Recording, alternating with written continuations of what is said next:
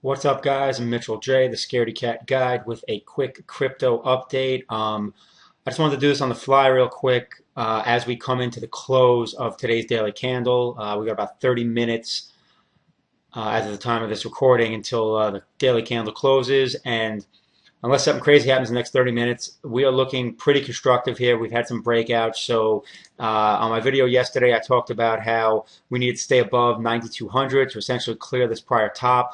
Clearly, we are, creeping up on 9,600 right now, and like I said, this candle is getting ready to close. So most likely, we're going to finish with a strong close. It's been a strong day. I mean, look at this. There was not even a lower wick. I mean, we basically opened at the low and just pushed. Volume's pretty decent too. I mean, not huge, but above average volume, so that's good. So we'll see. I mean, it looks like Bitcoin wants to possibly make a run at this 10K. I'm keeping my eye on this level it's at right now here. Um, there is some price action, as I mentioned yesterday. So, 96, 97, maybe we see a little slowdown there. There's this 200-day moving average again, which isn't so much a support and a resistance, but more of a guideline in terms of, being above it is usually long-term bullish. So it's something that we want to get above, and we'll see how it plays out. But as of right now, Bitcoin acting strong, crypto as a whole acting strong. You'll see, like I talked about, we're stair stepping. So we came up, consolidated, boom, next push up. So the question is this just going to be one big candle, or we're going to see more before we consolidate again? Which ideally is what we want to do, consolidate again as opposed to pulling back. So bottom line is looking strong. Any Bitcoin that I've had, I'm holding, and we'll see what happens as we creep up on 10K, or if it runs out of gas before that. Let's take a look at Ethereum. Ethereum has really pushed. So yesterday I talked about how essentially we got established above this prior high. It even tested it on an intraday basis, and then pushed through, got back above the 200-day moving average, and then this prior support, which you can see was pretty prominent, we have pushed through, and it looks like the candle is going to close above that. So that is pretty positive, pretty big deal. So now, as long as we can hold that like 680 level, that's great. Like as far as Ethereum goes, I would love to see we get some consolidation here and just basically hold this area around 700 and establish this support again, and then leg up and go after this 870 to 900 area here on this prior top. Obviously, we're looking at this 680 line. We want to stay above this now that we've gotten through. Obviously, if for some reason we get a pullback, your downside really is this last consolidation, around 600. So we'll see what happens. Either way, and we're getting quite the extended move higher. But these moves, the way this is going is it's grinding up. We're going up, we're consolidating, we're going up, and if you'll notice, when we got this extended down move, looks pretty similar, right? Came down, grinded sideways, came down, sideways, down, sideways, down. Slow, orderly. And obviously, this was very frustrating. So hopefully, we can do the inverse of that, just as frustrating, and maybe get it all back. This slow grind, started up here around 875. So maybe that's where we'll get to and level off, and basically have this big V or a big cup pattern. We shall see. But either way, like I said, if you have positions working, let them ride, put in trailing stops, and that's it. I'm not putting on new positions. I'm not chasing. That's all there is to it. Anyway, let's look at Litecoin.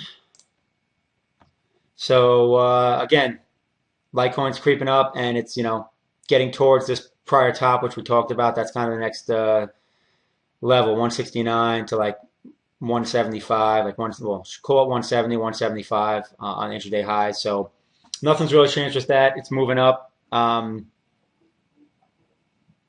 it's doing what it needs to do. Just same thing. Consolidated, came up, but it's looking like all these cryptos are going to close positive. I want to look at one other just because I want to point something out.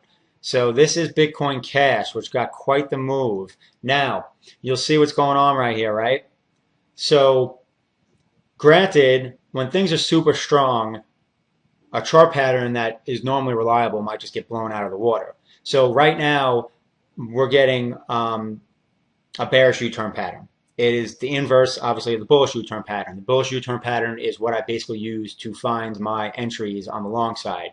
That is the second video in the Scaredy Cat Guide crypto class. So that is pretty much my mainstay, like go-to trading pattern.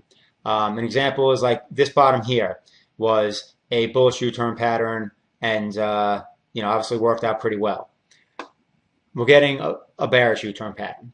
So now that this is playing out, we're getting this reversal candle. It's like, all right, do you take some off? Do you not? I have some Bitcoin Cash that I've held for a long, long, long time. So since I don't have it sitting on an exchange and I can't just dump it into USD, I decided, all right, you know what?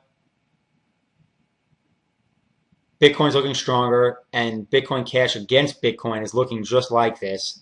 So I decided to flip some of it into Bitcoin. So I still have exposure. I just moved it because this can easily give us quite a pullback. I mean, as you see, like on this U-turn, we got a pretty good bounce. So there's a possibility where we can easily get back down to 1,200 on Bitcoin Cash. Now, will it happen? I don't know. We could consolidate and then rip again. Like this could just be the effort the sellers had, and then the buyers are like, all right, no, we're done. We're still pushing. I know Bitcoin Cash is doing a fork on, I think, May 15th to increase their block size to 32 megabytes. I believe that's the gist of it, though. I don't think they're doing any coins. If they are, that would obviously explain this push and probably a continued push. But anyway, like I said, I flipped a little of my Bitcoin Cash into Bitcoin, so I still have long side exposure, but I think I'm in a better place as Bitcoin is essentially acting stronger than Bitcoin Cash at the moment. What else? Let's look at the EOS craziness. Look at this. Got to the opening closing highs of 16. Intraday's highs are up in 18, but the opening closing high, boom, got there, and it's pulled back a little bit. We'll see. Either way, though, look at this move. This is crazy. So big move, pullback, big move, consolidation, big move. Are we going to get another little consolidation? Hopefully, because then we can leg up and go after the all-time highs. I'd rather not see a pullback. Again, though, tough to initiate a new position here. If you're in from here, great. You know what I mean? When it hit the all-time highs, maybe you trim off a little bit and then hold the rest to see if it can make new highs. I don't know. You got to make those decisions yourself. But the bottom line is a lot of positive price action, and just ride the wave, so to speak. If you're in positions from down below, maybe trail some stops and book those profits on any big pullback or any pullback that comes. It all depends on what your risk reward profile is.